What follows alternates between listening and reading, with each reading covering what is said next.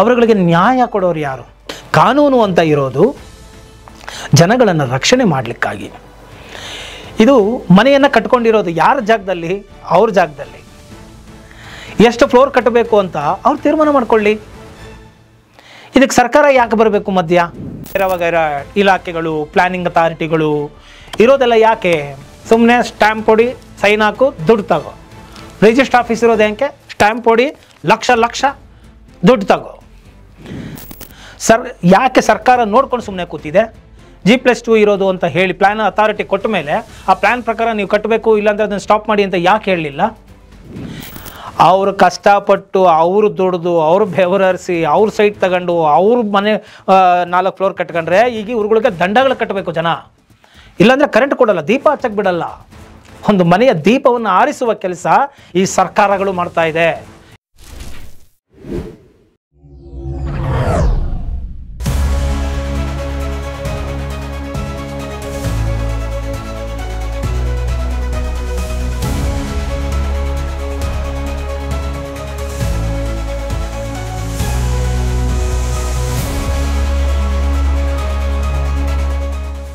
ನಮಸ್ಕಾರ ವೀಕ್ಷಕರೇ, ನಾನು ನಿಮ್ಮ ಮಂಜುನಾಥ್ ಅಡ್ವೊಕೇಟ್ ಹಾಗೂ ಅಧ್ಯಾತ್ಮ ಚಿಂತಕರು ಮಾತಾಡ್ತಾ ಇರೋದು.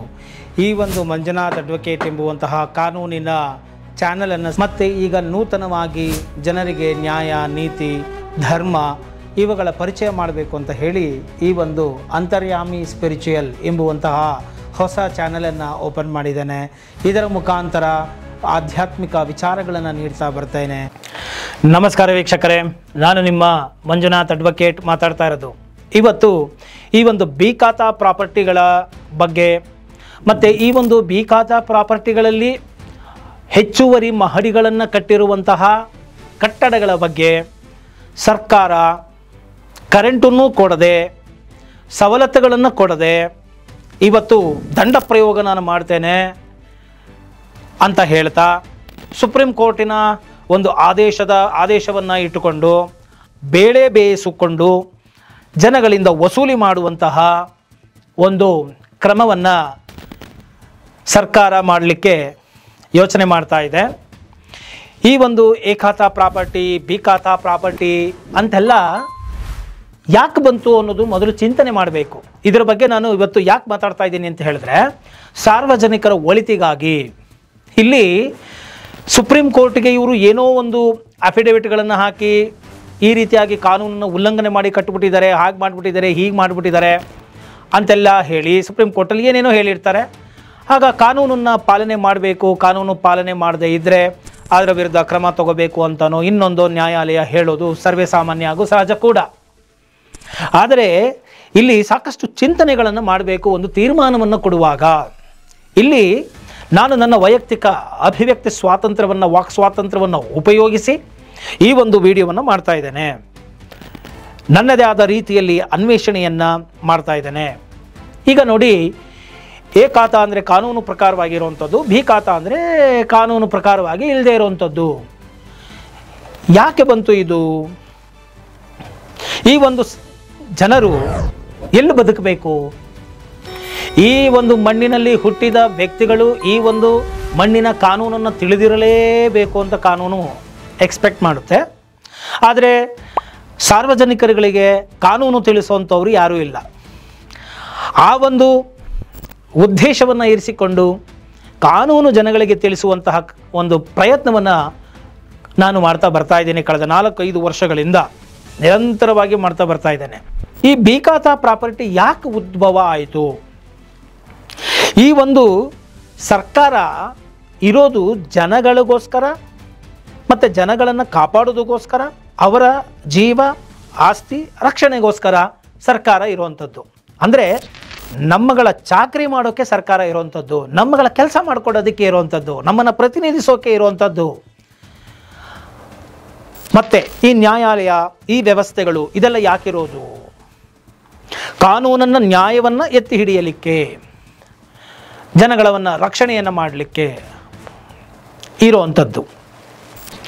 ಇಲ್ಲಿ ನ್ಯಾಯಾಲಯಗಳಿಗೂ ಕೂಡ ಸುಮೋಟೋ ಕೇಸನ್ನು ದಾಖಲು ಮಾಡುವಂತಹ ಪವರ್ ಇದೆ. ಅನ್ಯಾಯ ಕಂಡು ಬಂದಾಗ ಸರ್ಕಾರಕ್ಕೆ ಅವರು ಮಾಡಿರ್ತಕ್ಕಂಥ ಸುತ್ತೋಲೆ ಸರ್ಕ್ಯುಲರ್ಗಳಿಗೆ ವಿರುದ್ಧವಾಗಿ ಏನಾದ್ರು ನಡೀತಾ ಇದ್ದರೆ ಅದನ್ನು ಸ್ಟಾಪ್ ಮಾಡೋ ಅಧಿಕಾರ ಇದೆ. ಅದಕ್ಕೆ ಕೋರ್ಟೇ ಹೇಳಬೇಕು, ಕೋರ್ಟ್ ನಿರ್ದೇಶನ ಕೊಡಬೇಕು ಅಂತೇನಿಲ್ಲ. ಅಥವಾ ಈ ಒಂದು ಕೋರ್ಟ್ಗಳಿಗೆ ಯಾರು ಬಂದು ಕೇಸ್ ಹಾಕಿದ್ರೇ ಅವರು ಕೇಸನ್ನು ಫೈಲ್ ಮಾಡಬೇಕು, ಸುಮೋಟೋ ಕೇಸ್ ಮಾಡಿಕೊಂಡು ಏನೋ ನೋಟಿಸ್ಗಳನ್ನು ಸರ್ವ್ ಮಾಡಿ ಅವರು ಕ್ರಮವನ್ನು ತೆಗೆದುಕೊಳ್ಳಬಹುದು. ಆದರೆ ಕೋರ್ಟುಗಳು ಅದನ್ನು ಮಾಡ್ತಾ ಇಲ್ಲ. ಇಲ್ಲಿ ನಾನು ಬಹಳ ಗಂಭೀರವಾದಂಥ ವಿಚಾರವನ್ನು ಇವತ್ತು ಮಾಡ್ತಾ ಇದ್ದೇನೆ. ಯಾಕೆ ಅಂತ ಹೇಳಿದ್ರೆ, ಅಮಾಯಕ ಜೀವಿಗಳ ಪ್ರಜೆಗಳ ಕಣ್ಣೀರನ್ನು ನೋಡಿ ನನ್ನ ಮನಸ್ಸು ಮಮ್ಮಲ ಮರಗಿದೆ. ಅವರುಗಳಿಗೆ ನ್ಯಾಯ ಕೊಡೋರು ಯಾರು? ಕಾನೂನು ಅಂತ ಇರೋದು ಜನಗಳನ್ನು ರಕ್ಷಣೆ ಮಾಡಲಿಕ್ಕಾಗಿ. ಇದು ಮನೆಯನ್ನು ಕಟ್ಕೊಂಡಿರೋದು ಯಾರ ಜಾಗದಲ್ಲಿ? ಅವ್ರ ಜಾಗದಲ್ಲಿ. ಎಷ್ಟು ಫ್ಲೋರ್ ಕಟ್ಟಬೇಕು ಅಂತ ಅವ್ರು ತೀರ್ಮಾನ ಮಾಡ್ಕೊಳ್ಳಿ. ಇದಕ್ಕೆ ಸರ್ಕಾರ ಯಾಕೆ ಬರಬೇಕು ಮಧ್ಯ? ನೀನು ಇಷ್ಟೇ ಫ್ಲೋರ್ ಕಟ್ಟು, ಹಿಂಗೆ ಮಾಡು ಅಂತ. G+2 ಕೊಟ್ಟರೆ ಯಾರು ಕಟ್ತಾರೆ? ಈಗೆಲ್ಲ ಬೆಲೆ ಗಗನಕ್ಕೆ ಹೋಗಿದೆ. G+4 ನಾರ್ಮಲಾಗಿ ಕಟ್ಟುವಂಥದ್ದು ಎಲ್ಲ ಕಟ್ಲಿಕ್ಕೆ ಬಿಟ್ಟಿದ್ದಾರೆ. ನನ್ನ ಹತ್ರ ಬರ್ತಾರಲ್ಲ ಲೀಗಲ್ ಒಪಿನಿಯನ್ಗಳು ಬಂದಾಗ, G+2 ಯಾರಿಗೆ ಕಟ್ಟೋರೆ? ಯಾವ 30, 40, 40, 60 G+2 ಕಟ್ಬಿಟ್ಟು ಸುಮ್ಮನೆ ಆಗ್ತಾರೆ, ಹೋಗಿ ನೋಡ್ಕೊ ಬನ್ನಿ. ಇದೆಲ್ಲ ಕಾನೂನು ಇರೋದು ಪುಸ್ತಕದ ಬದನೆಕಾಯಿ, ಪುಸ್ತಕದಲ್ಲಿರೋದು ಎಲ್ಲ G+4 G+5 ಕಟ್ಟೋದು. ಏನೂ ಆಗಲ್ಲ. ನಾಳೆ ಅಕ್ರಮ ಸಕ್ರಮ ಅಂದಷ್ಟು ಒಂದಷ್ಟು ಪೆನಾಲ್ಟಿ ಹಾಕಿ ಇಸ್ಕೋತಾರೆ. ಕಾರ್ಪೊರೇಟ್ ಅನುಮತಿ ಕೊಟ್ಟರು, ಇಂಥವ್ರ ಅನುಮತಿ ಕೊಟ್ಟರು, MLAಗಳು ಕಟ್ಕೊಳ್ರಿ ಪರವಾಗಿಲ್ಲ ಅಂತ ಹೇಳಿದ್ರು. ಈ ರೀತಿಯಾಗಿ ಜನಗಳು ಬಂದು ಹೇಳೋದನ್ನು ನಾನು ಕೇಳ್ತಾ ಇದ್ದೇನೆ. ಕಟ್ತಾ ಇದ್ದಾರೆ ಜನ ಯಾರ ಜಾಗದಲ್ಲಿ? ಅವ್ರ ಜಾಗದಲ್ಲಿ. ಇದು ಸಿವಿಲ್ ಲಾ ಅಂಡರಲ್ಲಿ ಬರುವಂಥದ್ದು. ಈಗ G+4 ಕಟ್ಕೊಂಡು ಯಾರಿಗೂ ಪ್ರಾಬ್ಲಮ್ ಇಲ್ಲ ಅಂದಮೇಲೆ ನೀವು G+2 ಯಾಕೆ ಇರಿಸಿದ್ದು? ನೀವಿರೋದು ಜನಗಳ ರಕ್ಷಣೆ ಮಾಡೋಕ್ಕೋ, ಅವರು ಏನೋ ಒಂದಷ್ಟು ಬಾಡಿಗೆ ಕಟ್ಕೊಂಡು ಒಂದು ಆದಾಯ ಮಾಡಿಕೊಂಡು ಸಂತೋಷವಾಗಿರಲಿ ಅಂತ ಹೇಳೋಕ್ಕೋ? ನೀವು ಯಾಕೆ G+2 ಫಿಕ್ಸ್ ಮಾಡಿದ್ರಿ? ಅದು ಸೈಂಟಿಫಿಕಲ್ ಆಗಿ ಟೆಕ್ನಿಕಲ್ ಆಗಿ ಅದು ಇದೆಯಾ? ಅದು G+4 ಕಟ್ಟಿದ್ರು ಏನು ಪ್ರಾಬ್ಲಮ್ ಇಲ್ಲ ಅಂದಮೇಲೆ G+2 ಯಾಕೆ ಮಾಡಿದ್ರಿ? ಈಗ G+2 ಇದ್ಮೇಲೆ G+4 ಕಟ್ಟಕ್ಕೆಲ್ಲ ಯಾಕೆ ಬಿಟ್ರಿ? ಈಗ ಒಂದು ಪೊಲೀಸ್ ಇಲಾಖೆ ಇದೆ ಅಂತ ಇಟ್ಕೊಳ್ಳೋಣ. ಅಲ್ಲೇನೋ ಒಂದು ರೋಡಲ್ಲಿ ಒಂದು ಕ್ರೈಮು, ಒಂದು ದರೋಡೆ ಆಗ್ತಾ ಇರುತ್ತೆ. ಅದಾಗಲಿ ಅಂತ ನೋಡ್ಕೊಂಡು ಸುಮ್ಮನಿದ್ಬಿಟ್ಟು ಆಮೇಲೆ FIR ಮಾಡಬೇಕಾ? ಅಥವಾ ಪೊಲೀಸ್ನವ್ರು ಬಂದು ಅದನ್ನು ನೋಡ್ತಾ ಇದ್ದಾಗ ಅಲ್ಲಿ ದರೋಡೆ ನಡೀತಾ ಇದೆ, ಒಂದು ಅತ್ಯಾಚಾರ ಪ್ರಕರಣ ನಡೀತಾ ಇದೆ ಅಂತ ಏನಾದರೂ ಕೇಸ್ ಆಗ್ತಾ ಇದೆ ಅಥವಾ ಕೃತ್ಯ ನಡೀತಾ ಇದೆ ಅಂತ ಏನಾದರೂ ಪೊಲೀಸರ ಗಮನಕ್ಕೆ ಬಂದರೆ ಇಮಿಡಿಯೇಟಾಗಿ ಕ್ರಮ ತಗೋತಾರಲ್ವಾ? ಹಾಗೆ ಈ BBMP, ಈ BDA, ಈ BMRDA, ಈ ಏನೇನೋ ವಗೈರ ಇಲಾಖೆಗಳು, ಪ್ಲಾನಿಂಗ್ ಅಥಾರಿಟಿಗಳು ಇರೋದೆಲ್ಲ ಯಾಕೆ? ಸುಮ್ಮನೆ ಸ್ಟ್ಯಾಂಪ್ ಹೊಡಿ, ಸೈನ್ ಹಾಕು, ದುಡ್ಡು ತಗೋ. ರಿಜಿಸ್ಟರ್ ಆಫೀಸ್ ಇರೋದು ಯಾಕೆ? ಸ್ಟ್ಯಾಂಪ್ ಹೊಡಿ, ಲಕ್ಷ ದುಡ್ಡು ತಗೋ. ಜನಗಳನ್ನು ಎಜುಕೇಟ್ ಮಾಡೋರು ಯಾರು? ಇದನ್ನು ನೀನು ಇದೆಯಪ್ಪ ಇದ್ರ ಮೇಲೆ ಹೋಗಬೇಡಿ ಅಂತ ಹೇಳೋರು ಯಾರು? ಯಾಕೆ ಸರ್ಕಾರ ನೋಡ್ಕೊಂಡು ಸುಮ್ಮನೆ ಕೂತಿದೆ? G+2 ಇರೋದು ಅಂತ ಹೇಳಿ ಪ್ಲ್ಯಾನ್ ಅಥಾರಿಟಿ ಕೊಟ್ಟ ಮೇಲೆ ಆ ಪ್ಲ್ಯಾನ್ ಪ್ರಕಾರ ನೀವು ಕಟ್ಟಬೇಕು, ಇಲ್ಲಾಂದರೆ ಅದನ್ನು ಸ್ಟಾಪ್ ಮಾಡಿ ಅಂತ ಯಾಕೆ ಹೇಳಲಿಲ್ಲ? ಯಾಕೆ ಕಟ್ಟೋದಕ್ಕೆಲ್ಲ ಬಿಟ್ಬಿಟ್ರು? ಇದರಲ್ಲಿ ಜನಗಳ ಅಮಾಯಕತ್ವ ಇದೆಯಾ? ಅಥವಾ ಏನೋ ಸರ್ಕಾರದವರು ಬೇಕು ಅಂತ 4 ಫ್ಲೋರ್ ಕಟ್ಕೊಳ್ಳೋಂಗಿದ್ರೆ 2 ಫ್ಲೋರ್ ಪರ್ಮಿಷನ್ ಕೊಡೋದು, ಬೇಕು ಅಂತ ಕಟ್ಟಕ್ಕೆ ಬಿಡೋದು 4 ಫ್ಲೋರ್ ತನಕ, ಆಮೇಲೆ ಕಾನೂನು ಉಲ್ಲಂಘನೆ ಆಗ್ಬಿಟ್ಟಿದೆ. ನೋಡ್ರಿ, ಇವರೆಲ್ಲ ಜನಗಳ ರಕ್ಷಣೆ ಮಾಡೋಕ್ಕಿರುವಂಥದ್ದ? ಇದು ಕಾನೂನು ಉಲ್ಲಂಘನೆ ಆಗ್ಬಿಟ್ಟಿದೆ, ದಂಡ ಪ್ರಯೋಗ ಮಾಡಿಬಿಡ್ಬೇಕು, ಅದು ಮಾಡಬೇಕು, ಇದು ಮಾಡಬೇಕು. ಅವರು ಕಷ್ಟಪಟ್ಟು, ಅವರು ದುಡ್ದು, ಅವರು ಬೆವರರಿಸಿ, ಅವ್ರ ಸೈಟ್ ತಗೊಂಡು, ಅವ್ರ ಮನೆ 4 ಫ್ಲೋರ್ ಕಟ್ಕೊಂಡ್ರೆ ಈಗ ಇವ್ರುಗಳಿಗೆ ದಂಡಗಳು ಕಟ್ಟಬೇಕು ಜನ. ಇಲ್ಲಾಂದರೆ ಕರೆಂಟ್ ಕೊಡಲ್ಲ, ದೀಪ ಹಚ್ಚಕ್ಕೆ ಬಿಡಲ್ಲ. ಒಂದು ಮನೆಯ ದೀಪವನ್ನು ಆರಿಸುವ ಕೆಲಸ ಈ ಸರ್ಕಾರಗಳು ಮಾಡ್ತಾ ಇದೆ. ಇಂಥ ಸರ್ಕಾರಗಳು ನಮಗೆ ಬೇಕಾ? ಯೋಚನೆ ಮಾಡಿ. ಅಲ್ಟಿಮೇಟ್ ಆಗಿ ಸರ್ಕಾರ ಆಗಲಿ, ನ್ಯಾಯಾಲಯ ಆಗಲಿ, ಕೋರ್ಟ್ಗಳಾಗಲಿ, ಈ ಡಿಪಾರ್ಟ್ಮೆಂಟ್ಗಳಾಗಲಿ, ಇವೆಲ್ಲ ಇರೋದು ನಮ್ಮ ಸೇವೆ ಮಾಡೋಕ್ಕೆ. ನಮ್ಮ ದುಡ್ಡಲ್ಲಿ ಇವರೆಲ್ಲ ಸಂಬಳ ತಗೋತಾ ಇರೋದು. ಆದರೆ ನಮ್ಮ ಚಿಂತನೆಗಳು ನಡೀತಾ ಇಲ್ಲ. ನಮಗೇನು ಬೇಕೋ ಅದು ಸಿಗ್ತಾ ಇಲ್ಲ.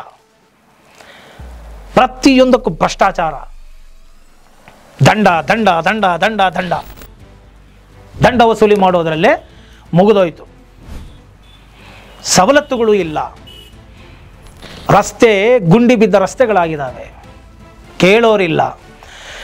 BDA ಲೇಔಟ್ಗಳಿಗೆ ಪರ್ಮಿಷನ್ ಕೊಡ್ತಾರೆ, ಆ ಲೇಔಟ್ ಮಧ್ಯದಲ್ಲಿ ತಗೊಂಡ್ಬಿಟ್ಟು ಕಸದ ಫ್ಯಾಕ್ಟ್ರಿ ಇಡ್ತಾರೆ. ಜನಗಳು ವಾಸನೆ ಕುಡಿದು ಸಾಯ್ಲಿ ಅಂತ. ಯಾವ ಕಾನೂನು ನಡೀತಾ ಇದೆ? ಇಷ್ಟ ಬಂದಂಗೆ ಆಗ್ತಾ ಇದೆ. ಕೆರೆಗಳು ಒತ್ತುವರಿಗಳಾಗಿದ್ದಾವೆ, ದೊಡ್ಡ ದೊಡ್ಡ ನಾಲಾಗಳು, ಮೋರಿಗಳು ಒತ್ತುವರಿ ಆಗಿದೆ. ಅದನ್ನು ಯಾರೂ ಕೇಳೋರಿಲ್ಲ. ಅದೆಲ್ಲ CDP ಪ್ಲಾನ್ಗಳನ್ನ ತೆಗೆಸಿ ಯಾವ್ಯಾವ ಇದರಲ್ಲಿ ಒತ್ತುವರಿಗಳಾಗಿದ್ದಾವೆ, ಅಕ್ರಮ ಕಟ್ಟಡಗಳಾಗಿದ್ದಾವೆ, ಅದೆಲ್ಲ ಮಾಹಿತಿಗಳನ್ನು ಕೊಟ್ಟರೆ ಅವ್ರು ಎಲ್ಲರ ಮೇಲೂ ಯಾವುದೇ ಆಗಲಿ ದೊಡ್ಡ ದೊಡ್ಡ ಕಾಂಪ್ಲೆಕ್ಸ್ಗಳು ಮಾಲ್ಗಳಾಗೋಗ್ಬಿಟ್ಟವೆ. ಅದೆಲ್ಲ ಯಾರ್ಯಾರ ಹೆಸರುಗಳಲ್ಲಿದ್ದಾವೆ, ಏನೇನಿದ್ದಾವೆ ಜನಗಳಿಗೆ ಗೊತ್ತಿದೆ. ಅದೆಲ್ಲ ತಂದು ಕೊಟ್ಟರೆ ಎಲ್ಲ ಬಿಲ್ಡಿಂಗುಗಳನ್ನೂ ಡೆಮಾಲಿಷ್ ಮಾಡಿಬಿಡ್ತಾರೆ ಇವರು. ನನ್ನ ಪ್ರಶ್ನೆ ಇದು. ಮತ್ತು ಜನಗಳಿಗೆ ನೆಮ್ಮದಿಯಾಗಿ ಇರೋಕ್ಕೆ ಬಿಡಿ.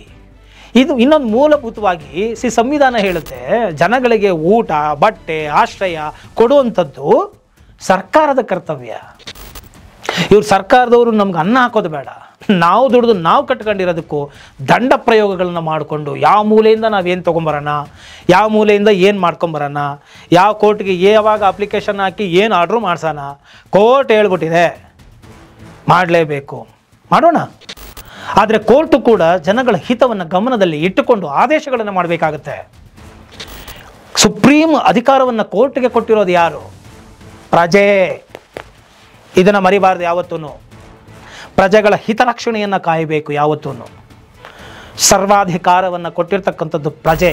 ಯಾಕೆಂದರೆ ಪ್ರಜೆಯೇ ಪ್ರಭು. ಇದು ಪ್ರಜಾಪ್ರಭುತ್ವ ರಾಷ್ಟ್ರ ಆಗಬೇಕು.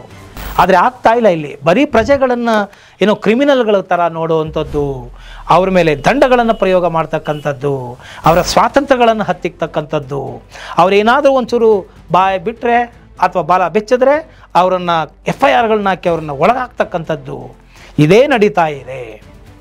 ಇದು ಹೇಗೆ ಪ್ರಜಾಪ್ರಭುತ್ವ ರಾಷ್ಟ್ರ ಆಗುತ್ತೆ ಹೇಳಿ? ಹೇಗೆ ಆಗುತ್ತೆ? ಈ ಬೇಕಾದ ಪ್ರಾಪರ್ಟಿಗಳು ಯಾಕಾಯಿತು? ಫಸ್ಟ್ ಅದನ್ನು ನಾನು ಕೇಳಬೇಕಲ್ವ ಕೋರ್ಟ್ ಆದೇ ಆಗಲಿ. ಯಾಕೆ ಬಿ ಖಾತಾ ಪ್ರಾಪರ್ಟಿಗಳು ಉದ್ಭವ ಆಯಿತು? ಹೇಗೆ ಉದ್ಭವ ಆಯಿತು? ಇಷ್ಟು ಲಕ್ಷ ಬಿಲ್ಡಿಂಗ್ಗಳು ಕಟ್ಟಿಬಿಟ್ಟಿದ್ದಾರೆ, ಇಷ್ಟೊಂದು ಫ್ಲೋರ್ಸ್ಗಳಾಗೋಗ್ಬಿಟ್ಟಿದೆ. ಇದೆಲ್ಲ ಯಾಕಾಯಿತು? ಯಾರ ಬೇಜವಾಬ್ದಾರಿಯಿಂದ ಆಯಿತು? ಕಾನೂನು ಗೊತ್ತಿದ್ರೂ ಕೂಡ, ಸುಮೋಟೋ ಪವರ್ ಇದ್ರೂ ಕೂಡ ನೋಡ್ಕೊಂಡು ಹಿಂಗೆ ಕೂತ್ಕೊಂಡಿರ್ತಕ್ಕಂಥ ನ್ಯಾಯಾಧೀಶರುಗಳ ತಪ್ಪಿತಸ್ಥರನ್ನಾಗಿ ಮಾಡೋದಾ?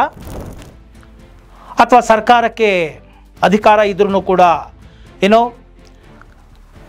ಪ್ರಾಕ್ಟಿಕಲ್ ಆಗಿಲ್ಲದ, ಪ್ರಾಯೋಗಿಕವಾಗಿಲ್ಲದ, ತರ್ಕವಿಲ್ಲದ ಜನಸಾಮಾನ್ಯರನ್ನು ಸುಲಿಗೆ ಮಾಡುವಂತಹ ಕಾನೂನುಗಳನ್ನು ತಗೊಂಡು ಬಂದು ಮತ್ತೆ ಕಟ್ಟಲಿಕ್ಕೆ ಬಿಟ್ಟು ಈಗ ದಂಡ ಪ್ರಯೋಗ ಮಾಡ್ತೀನಿ ಅಂತ ಹೇಳಿ ಜನಗಳನ್ನು ಸುಲಿಗೆ ಮಾಡ್ತಾ ಇರೋದು ಸರಿಯೇನಾ? ಅವ್ರ ಮೇಲೆ ನಾವು ಕ್ರಮವನ್ನು ತೆಗೆದುಕೊಳ್ಬೇಕಾ? ಯಾರು ಕ್ರಮ ತಗೋಬೇಕು? ಇಲಾಖೆಗಳು ಕ್ರಮ ತಗೋಬೇಕು. ಇಲಾಖೆಗಳಲ್ಲಿರೋರು ಯಾರು? ಪ್ರಜೆಗಳನ್ನು ಪ್ರತಿನಿಧಿಸಬೇಕಾದವರಲ್ವಾ? ಆದರೆ ಪ್ರಜೆಗಳು ಇವತ್ತು ನ್ಯಾಯ ಕೇಳೋಕೆ ಹೋದರೆ ನ್ಯಾಯ ಸಿಗ್ತಾ ಇಲ್ಲ. ಇದು ಪ್ರಜಾಪ್ರಭುತ್ವ ಆಗ್ತಾ ಇಲ್ಲ.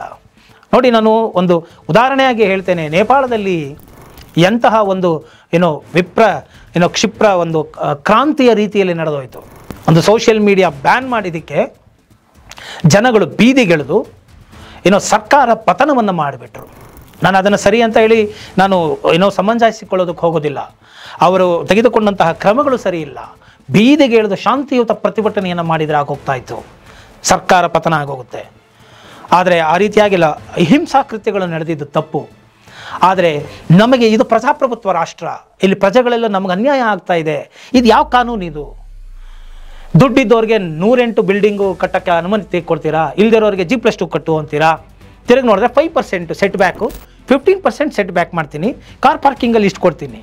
ಇದು ಪ್ರಾಕ್ಟಿಕಲ್ ಆಗಿ ಅಲ್ಲವೇ ಅಲ್ಲ. ಇದು ಯಾರಿಗೂ ಉಪಯೋಗಕ್ಕೆ ಬರಲ್ಲ. ಇದು ಎಂಥ ಕಾನೂನುಗಳು, ಎಂಥ ಅಮೆಂಡ್ಮೆಂಟ್ಗಳು, ಏನು ನಡೀತಾ ಇದೆ ಇಲ್ಲಿ?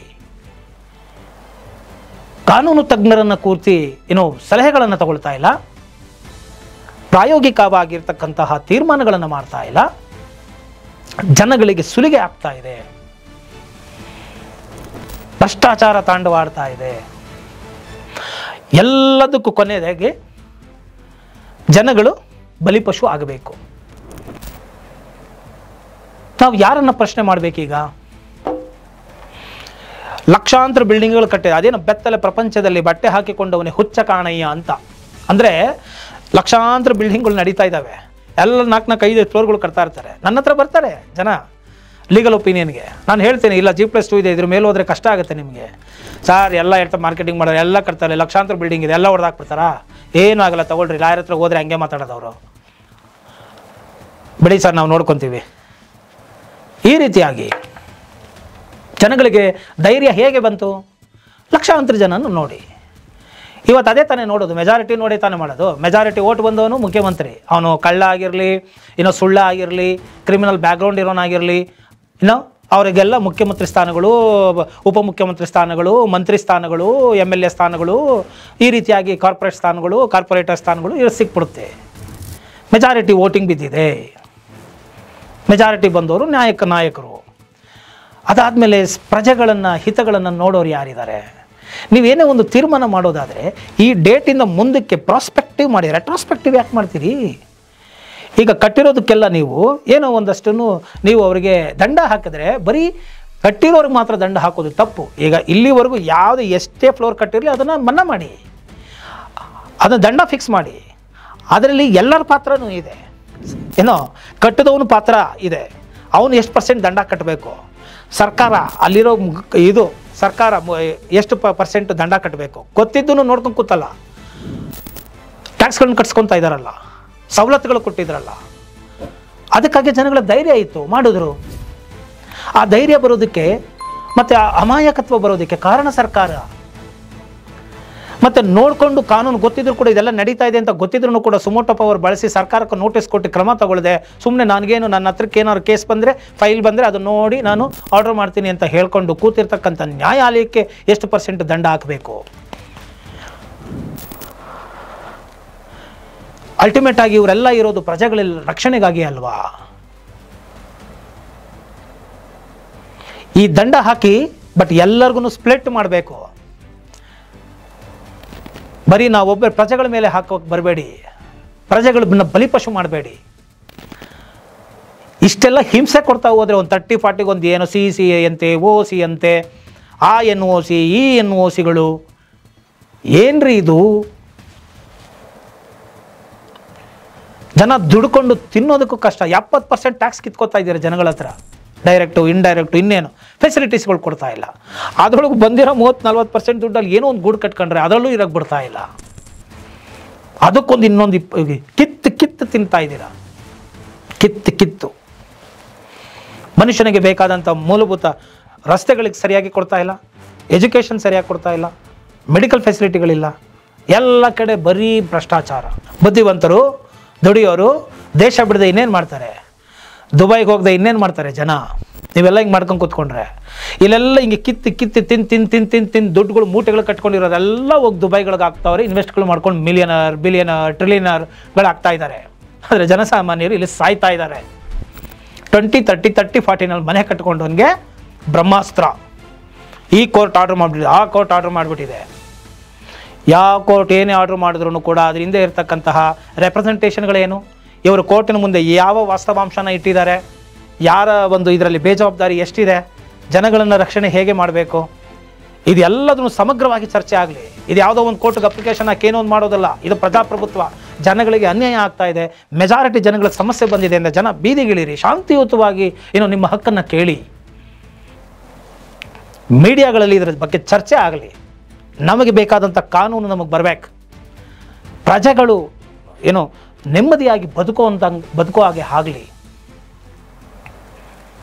ಅದನ್ನು ಬಿಟ್ಟು ಇಷ್ಟು ಮೀಟ್ರು, ಇಷ್ಟು ಸೆಂಟಿಮೀಟ್ರು, ಇದಿಷ್ಟು, ಇದಿಷ್ಟು ಏನು ಕಾನೂನು ಮಾಡೋರು, ಮಾತಾಡೋರು ಎಲ್ಲ ಅವ್ರುಗಳ್ದು ನೀವು ತೆಗೆಸ್ಬಿಟ್ರೆ ಅವ್ರುಗಳಲ್ಲಿ ಯಾವ ಕಾನೂನುಗಳನ್ನ ಪಾಲನೆ ಮಾಡ್ತಾರಲ್ಲ ಅಷ್ಟು ಭ್ರಷ್ಟತೆ ಇದೆ. ಜನಗಳಿಗೆ ಗೊತ್ತಿದೆ. ಎಷ್ಟು ದಿನ ಅಂತ ನೋಡ್ಕೊಂಡು ಕೂರೋದು? ಹೀಗೇನೆ ಮೌನ ವ್ರತಗಳನ್ನು ಮಾಡಿ ಬೀದಿಗೆ ಇಳೀರಿ. ಕಾನೂನುಬದ್ಧವಾಗಿ ಶಾಂತಿಯುತವಾಗಿ ನಿಮ್ಮ ಮನವಿಯನ್ನು ಕೋರ್ಟ್ಗಳಿಗೆ ಕೊಡಿ, ಸರ್ಕಾರಕ್ಕೂ ಕೊಡಿ. ಕಾನೂನು ಯಾವತ್ತೂ ಕೈಗೆ ತಗೋಬೇಡಿ, ಬಟ್ ಬೀದಿಗೆ ಇಳೀರಿ. ಕೇಳದೆ ಹಿಂಗೆ ನೋಡ್ಕೊಂಡು ಕೂತ್ಕೊಂಡ್ರೆ ಖಂಡಿತವಾಗಿಯೂ ನಿಮ್ಮ ಶೋಷಣೆ ಆಗ್ತಾನೇ ಇರುತ್ತೆ. ಬಡವ ಆಗ್ತಾ ಇರ್ತಾನೆ, ಶ್ರೀಮಂತ ಆಗ್ತಾ ಇರ್ತಾನೆ. ಮಾಡೋದಕ್ಕೆ ಬಿಡ್ತಾರೆ, ಕೊನೆಗೆ ದಂಡ ಪ್ರಯೋಗ ಮಾಡ್ತಾರೆ, ಕೊನೆಗೆ ನಿಮ್ಗೇನೂ ಇಲ್ಲ. ಈ ರೀತಿಯಾಗಿ ಆಗ್ತಾ ಇರುತ್ತೆ. ಎಲ್ಲ ಅಸಮಾನತೆಗಳು ನಿಲ್ಲಬೇಕು. ಮತ್ತು ಬಿ ಖಾತಾ ಪ್ರಾಪರ್ಟಿಗಳು ಯಾಕಾಯಿತು ಅನ್ನೋದನ್ನು ಮೂಲವಾಗಿ ಯೋಚನೆ ಮಾಡಬೇಕು. ಇದು ಸರ್ಕಾರದ ಜವಾಬ್ದಾರಿ ಅಲ್ವಾ ಕೊಡುವಂಥದ್ದು. ಹಿಟ್ಟು, ಬಟ್ಟೆ, ಆಶ್ರಯ ಕೊಡಬೇಕಾಗಿದೆ ಸರ್ಕಾರ. ಆದರೆ ನೀವು ಕೊಡ್ತಾ ಇಲ್ಲ. ನಾವೇನೋ ಒಂದು ಕಟ್ಕೊಂಡ್ರೆ ಅದಕ್ಕೂ ಏನೋ ಒಂದು ಮಾಡ್ತೀರಲ್ಲಪ್ಪ ನೀವು. ಏನೋ ಮಧ್ಯದಲ್ಲಿ ಏನೋ ಒಂದು ಆರ್ಡರ್ ತರ್ತೀರಾ, ಕರೆಂಟ್ಗಳನ್ನ ಕಿತ್ಕೊಂಡು ಬಿಡ್ತೀರಾ. ಇತ್ತೀಚೆಗಂತೂ ಕರೆಂಟದು ಭಾಳ ನಡೀತಾ ಇದೆ. ಒಂದು ವಾರ ಕಟ್ಟಲಿಲ್ಲ ಅಂದರೆ ಕಿತ್ಕೊಂಡು ಹೋಗ್ಬಿಡ್ತಾನೆ, ಫ್ಯೂಸ್ ಕಿತ್ಕೊಂಡು ಹೋಗ್ಬಿಡೋದು. ಕರೆಂಟು ಮೂಲಭೂತ ಅವಶ್ಯಕತೆ. ಆ ಮನೇಲಿ ಇದ್ದಾರಾ ಇಲ್ವಾ, ಮಾಲೀಕರ ಗಮನಕ್ಕೆ ಬಂತಾ ಇಲ್ವಾ, 1 ತಿಂಗಳು ನೋಟಿಸ್ ಇಲ್ಲ, ಒಂದು ನೋಟಿಸೇ ಕೊಡದೆ ಕರೆಂಟನ್ನು ಕಿತ್ಕೊಂಡು ಹೋಗೋದು, ಆ ಬಿಲ್ಲಿಂದನೇ ಇರುತ್ತೆ. ಇದು ಯಾವ ಸೀಮೆನ ನ್ಯಾಯ ಇದು? ಒಬ್ಬ ವ್ಯಕ್ತಿ ಗಮನಕ್ಕೆ ತರದೆ ಅವನ ಡಿಫೆಂಡ್ ಮಾಡ್ಕೊಳ್ಳೋಕೆ ಅವಕಾಶನೂ ಕೊಡದೆ ಕಿತ್ಕೊಂಡು ಹೋಗ್ಬಿಡೋದು ನಿಮ್ಮ ಮನೆಯ ದೀಪಗಳನ್ನು ಕಿತ್ಕೊಳ್ತಾ ಇದೆ, ನಿಮ್ಮ ನೆಮ್ಮದಿಯನ್ನು ಕಿತ್ಕೊಳ್ತಾ ಇದೆ ಈ ಸರ್ಕಾರಗಳು. ಮತ್ತು ನೀವು ಕಟ್ಕೊಂಡಿರೋ ಗೂಡನ್ನು ಅದನ್ನು ಕೂಡ ತೊಂದರೆಯಲ್ಲಿ ತಂದಿಡ್ತಾ ಇದ್ದಾರೆ, ಸವಲತ್ತುಗಳನ್ನು ಕೊಡ್ತಾ ಇಲ್ಲ, ದಂಡ ಪ್ರಯೋಗಗಳನ್ನು ಮಾಡ್ತಾ ಇದ್ದಾರೆ. ಎಲ್ಲೆಲ್ಲಿ ಸಾಧ್ಯನೋ ಅಲ್ಲೆಲ್ಲ ದುಡ್ಡುಗಳನ್ನ ವಸೂಲಿ ಮಾಡೋಕ್ಕೆ ನೋಡ್ತಾ ಇದ್ದಾರೆ. ಇದಕ್ಕಿಂತ ಬ್ರಿಟಿಷ್ ಸರ್ಕಾರ ಎಷ್ಟೋ ಚೆನ್ನಾಗಿತ್ತು, ಅವರು ನಾಗರಿಕರನ್ನ ಅಟ್ಲೀಸ್ಟ್ ನೋಡ್ಕೊಳ್ಳೋರು. ಇವರು ಅದಕ್ಕಿಂತ ಕಡೆಯಾಗಿ ಆಗ್ತಾ ಇದೆ, ಹೇಳೋರು ಕೇಳೋರು ಇಲ್ದಂಗೆ ಆಗ್ತಾ ಇದೆ. ಈ ರೀತಿಯಾಗೆಲ್ಲ ಆಗಬಾರ್ದು. ಅಲ್ಟಿಮೇಟ್ ಆಗಿ ಎಲ್ಲ ಸ್ವಾಯತ್ತ ಸಂಸ್ಥೆಗಳು ಕೂಡ ಸರ್ಕಾರ ಕೂಡ ಪ್ರಜೆಗಳ ಒಳಿತಿಗಾಗಿ ಇರೋದು. ನಾವು ತಪ್ಪು ಮಾಡಿಲ್ಲ, ನನ್ನ ಸೈಟ್ ನಾನು 2030 5 ಫ್ಲೋರ್ ಆದ್ರೆ ಕಟ್ಕೋತೀನಿ, ನಿಮ್ಗೇನಾಗಬೇಕು ಸಮಸ್ಯೆ? ಅದು ಯಾವ ರೀತಿ ಕಟ್ಟಬೇಕು ಅಂತ ಹೇಳಿ, ಆ ಮಾನದಂಡ ಪಾಲನೆ ಮಾಡಿದ್ದಾರೆ ಇಲ್ವಂತ ಬಂದು ಇನ್ಸ್ಪೆಕ್ಷನ್ ಮಾಡಿ ಚೆಕ್ ಮಾಡ್ಕೊಂಡು ಹೋಗಿ. ಅದು ಬಿಟ್ಬಿಟ್ಟು ಯಾಕೆ ಈ ಥರ ತರ್ಕವಿಲ್ಲದ, ವೈಜ್ಞಾನಿಕತೆ ಇಲ್ಲದ, ಪ್ರಾಯೋಗಿಕವಲ್ಲದ ಕಾನೂನುಗಳು ಮಾಡೋದು? ನೀವು ಯಾಕೆ ಜನಗಳನ್ನು ತೊಂದರೆ ಮಾಡೋದು? ಜನಗಳಿಗೆ 10%, 15%, 20%, 30% ಟ್ಯಾಕ್ಸ್ಗಳು ಕಟ್ಟಿ ಅಂತ ಹಿಂಸೆಗಳು ಕೊಡೋದು. ಅದ್ರ ಬದಲು ಎಲ್ಲರಿಗೂ ನೇರವಾಗಿ ಇಷ್ಟು ಸಿಂಪಲ್ಲಾಗಿ ಟ್ಯಾಕ್ಸ್ ತೊಗೊಂಡ್ಬಿಟ್ಟು ಜನಗಳು ಬಿಟ್ಬಿಟ್ರೆ ಎಲ್ಲ ವೈಟ್ ಅಮೌಂಟ್ ಆಗಲ್ವಾ? ಜನಗಳಿಗೂ ಸರ್ಕಾರಕ್ಕೂ ದುಡ್ಡು ಬರಲ್ವಾ? ಅವಾಗ ಈ ಥರದ್ದೆಲ್ಲ ಅಡ್ಡದಾರಿಗಳು ಈ ಎಲ್ಲವೂ ಬಂದಾಗುತ್ತೆ. ಜನಗಳು ನೆಮ್ಮದಿಯಾಗಿರಕ್ಕೆ ಬಿಡ್ರಿ ಎಂಬುವಂತಹ ಮಾತುಗಳನ್ನ ಅಲ್ಲಿ ಹೇಳ್ತೇನೆ. ಭಾಳ ದುಃಖ ಆಗುತ್ತೆ ಅಮಾಯಕರುಗಳ ಒಂದು ಸ್ಥಿತಿನ ನೋಡಿ. ಮತ್ತು ಅಮಾಯಕರುಗಳು ಕೂಡ ಅಷ್ಟೇ, ಕಾನೂನು ಏನು ಹೇಳುತ್ತೆ, ನಾನೇ ವಕೀಲಾಗಿ ಹೇಳ್ತೇನೆ ಬೇಡಪ್ಪ ಇದು ಹಿಂಗಿದೆ ಅಂತಂದ್ರೆ ಕೇಳಲ್ಲ ಜನ. ಅಯ್ಯೋ ಎಲ್ಲ ಆಗಿದೆ, ಎಲ್ರಿಗೂ ಆದಾಗ ನಮಗೂ ಆಗುತ್ತೆ ಬನ್ನಿ ಸರ್ ಅಂತ ಹೊಟ್ಟೋಗ್ತಾರೆ. ಯಾಕೆ ಆ ಧೈರ್ಯ ಯಾಕೆ ಬರ್ತಾ ಇದೆ ಅಂದರೆ ಸರ್ಕಾರ ಬಿಟ್ಟಿರೋದ್ರಿಂದ, ಕೋರ್ಟು ಕಣ್ಣು ಮುಚ್ಕೊಂಡು ನೋಡ್ತಾ ಇರೋದ್ರಿಂದ. ಯಾವುದೋ ಒಂದು ಅಪ್ಲಿಕೇಶನ್ ಹಾಕಿದ್ರೆ ಅವತ್ತು ದಂಡ ಪ್ರಯೋಗ ಮಾಡಿಬಿಡಿ, ಕಲೆಕ್ಷನ್ ಮಾಡ್ಕೊಂಬಿಡಿ. ಇದರ ಬದಲು ಕರೆಕ್ಟಾಗಿ ಒಂದು ತೀರ್ಮಾನ ಮಾಡಿ ಅದ್ರ ಪ್ರಕಾರವಾಗಿ ಸ್ಟಿಕಾನ್ ಆಗಿ ಆಗಲಿಲ್ಲ ಅಂತಂದರೆ ಕ್ರಮ ತಗೊಳ್ಳಿ. ಕಟ್ಟಿದವನಿಗೂ ದಂಡ ಹಾಕಿ, ತೊಗೊಂಡವನಿಗೂ ದಂಡ ಹಾಕಿ, ನೋಡ್ಕೊಂಡು ಸುಮ್ಮನೆ ಕೂತಿರೋನಿಗೂ ದಂಡ ಹಾಕಿ, ಇದು ಯಾವ್ದು ಮಾಡದೆ ಹೋದ್ರೂ ನೋಡ್ಕೊಂಡು ಹಿಂಗೆ ಕೂತಿರೋರ್ಗೆ ಎಲ್ರಿಗೂ ದಂಡ ಹಾಕಿ. 100 ರೂಪಾಯಿ ದಂಡದಲ್ಲಿ ಇವ್ರು ಎಲ್ಲರೂ ಸಮಪಾಲು, ಎಲ್ರಿಗೂ ದಂಡ ಹಾಕಿ. ಅದು ಬಿಟ್ಬಿಟ್ಟು ಒಬ್ಬನ್ನೇ ಬಲಿಪಶು ಮಾಡೋದು ನ್ಯಾಯನಾ ಇದು? ಇಂಥ ತೀರ್ಮಾನಗಳು ನ್ಯಾಯಾಲಯದಿಂದ ಬರಬೇಕಾ? ಬಂದರೆ ಅದನ್ನು ನಾವು ನೋಡಿಕೊಂಡು ಸುಮ್ಮನೆ ಇರಬೇಕಾ? ಅಥವಾ ನಾವು ನ್ಯಾಯಾಲಯದ ಮುಂದೆ ವಾಸ್ತವಾಂಶಗಳನ್ನು ಮುಂದಿಡಬೇಕಾ? ಅಥವಾ ನ್ಯಾಯಾಲಯವೇ ಸ್ವಯಂ ಪ್ರೇರಿತವಾಗಿ ನ್ಯಾಯ ಕೊಡುವಲ್ಲಿ ಮುಂದಾಗಬೇಕಾ? ಇದರ ಬಗ್ಗೆ ನಿಮ್ಮ ಕಾಮೆಂಟ್ಗಳು ಏನಿದೆ ಅನ್ನೋದನ್ನು ಕಾಮೆಂಟ್ ಸೆಕ್ಷನ್ ಹೋಗಿ ಅಲ್ಲಿ ನೀವು ಕಾಮೆಂಟ್ಗಳನ್ನು ಮಾಡಿ ನಿಮ್ಮ ಅಭಿಪ್ರಾಯಗಳನ್ನು ವ್ಯಕ್ತಪಡಿಸ್ಕೊಳ್ಳಿ.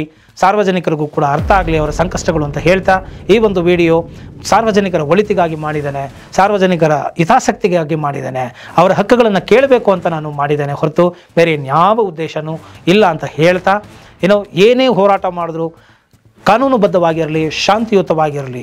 ಇದು ನಾವು ಹೋರಾಟ ಮಾಡಿ ಪಡೆದಂಥ ಸ್ವಾತಂತ್ರ್ಯವನ್ನು ಪಡೆದಿದ್ದೇವೆ. ಇವತ್ತು ಪ್ರಜಾಪ್ರಭುತ್ವದಲ್ಲಿ ನಮಗಾಗಿ ಇರುವಂತಹ ಸಂಸ್ಥೆಗಳಿಂದ ನ್ಯಾಯವನ್ನು ಪಡ್ಕೊಳ್ಳೋದಕ್ಕೆ ಶಾಂತಿಯುತ ಹೋರಾಟ ಮಾಡುವಂತಹ ಸಂದರ್ಭಗಳು ಬಂದಿದೆ, ಬೀದಿಗಿಳಿಯುವಂಥ ಸಂದರ್ಭಗಳು ಬಂದಿದೆ ಅಂತ ಹೇಳ್ತಾ, ಈ ವಿಡಿಯೋ ನಿಮ್ಗೆ ಇಷ್ಟ ಆಗಿದ್ದೆ ಆದಲ್ಲಿ ಮರೆಯದ ಹಾಗೆ ಲೈಕ್ ಕೊಡಿ, ಹಾಗೂ ಇತರರಿಗೂ ಕೂಡ ಶೇರ್ ಮಾಡಿ.